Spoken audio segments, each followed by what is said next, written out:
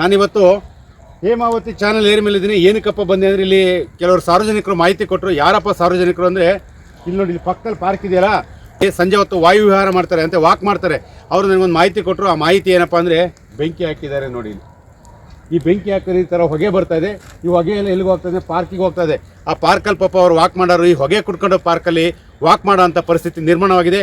ಈ ರೀತಿ ಬೆಂಕಿ ಹಾಕೋರಿಗೆ ಕರ್ನಾಟಕ ರಾಜ್ಯ ಸರ್ಕಾರ ಕಾಯ್ದೆಯನ್ನು ರೂಪಿಸಿದೆ. ಏನಪ್ಪ ಕಾಯ್ದೆ ಅಂದರೆ, ಯಾರು ಈ ಥರ ಟೈರ್ಗಳಿಗಾಗಬಲ್ಲಿ ಅಥವಾ ಘನತ್ಯಾಜ್ಯಗಳು ಯಾವುದೇ ಒಂದು ತ್ಯಾಜ್ಯಗಳಿಗೆ ಬೆಂಕಿ ಹಾಕಿ ಪರಿಸರ ಮಾಲಿನ್ಯನ ಮಾಡಿದ್ರೆ ಅಂಥವರಿಗೆ 5 ಲಕ್ಷ ದಂಡ, 5 ವರ್ಷ ಜೈಲಿಗೆ ಕಳಿಸ್ಬೋದು ಅಂತವ ಕಾನೂನು ಮಾಡಿದೆ. ಈ ಕಾನೂನನ್ನ ಪಾಲನೆ ಮಾಡಬೇಕಾದ್ರೆ ಯಾರಪ್ಪ ಅಂದರೆ ಚಂದ್ರಾಯಪಟ್ಟಣ ಪುರಸಭೆಯವರು.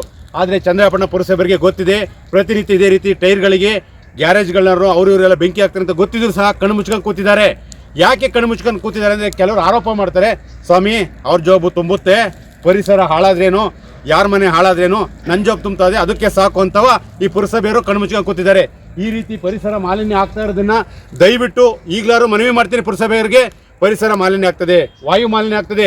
ನಿಮಗೋಸ್ಕರ ಒಬ್ಬರು ಪರಿಸರ ಅಭಿಯಂತರನ್ನ ನೇಮಕ ಮಾಡಿದ್ದಾರೆ. ಅದಲ್ಲದೆ ಹೆಲ್ತ್ ಇನ್ಸ್ಪೆಕ್ಟರ್ಗಳನ್ನ ನೇಮಕ ಮಾಡಿದ್ದಾರೆ. ಚೀಫ್ ಆಫೀಸರ್ಗಳಿದ್ದೀರಿ.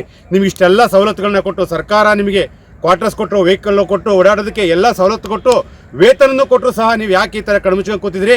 ಸರ್ಕಾರ ಏನು ಕಾನೂನು ಮಾಡಿದೆ ಆ ಕಾನೂನನ್ನ ಜಾರಿ ಮಾಡಬೇಕು ಅಂತ ತಮ್ಮಲ್ಲಿ ಇಡೀ ಚಂದ್ರಾಯಪಟ್ಟಣ ಸಮಸ್ತ ಜನತೆಯ ಪರವಾಗಿ ಮತ್ತು ಪರಿಸರವಾದಿಗಳು, ಪರಿಸರ ರಕ್ಷಕರ ಪರವಾಗಿ ತಮ್ಮಲ್ಲಿ ಮನವಿ ಮಾಡ್ತೀನಿ ಸ್ವಾಮಿ.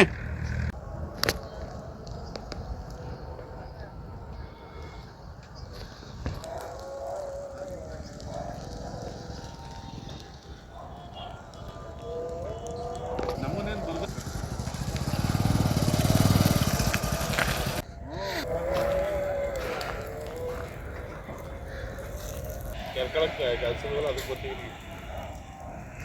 ಇದೇನು ಮಾಡಿ ಇದೇನು ಮಾಡಿ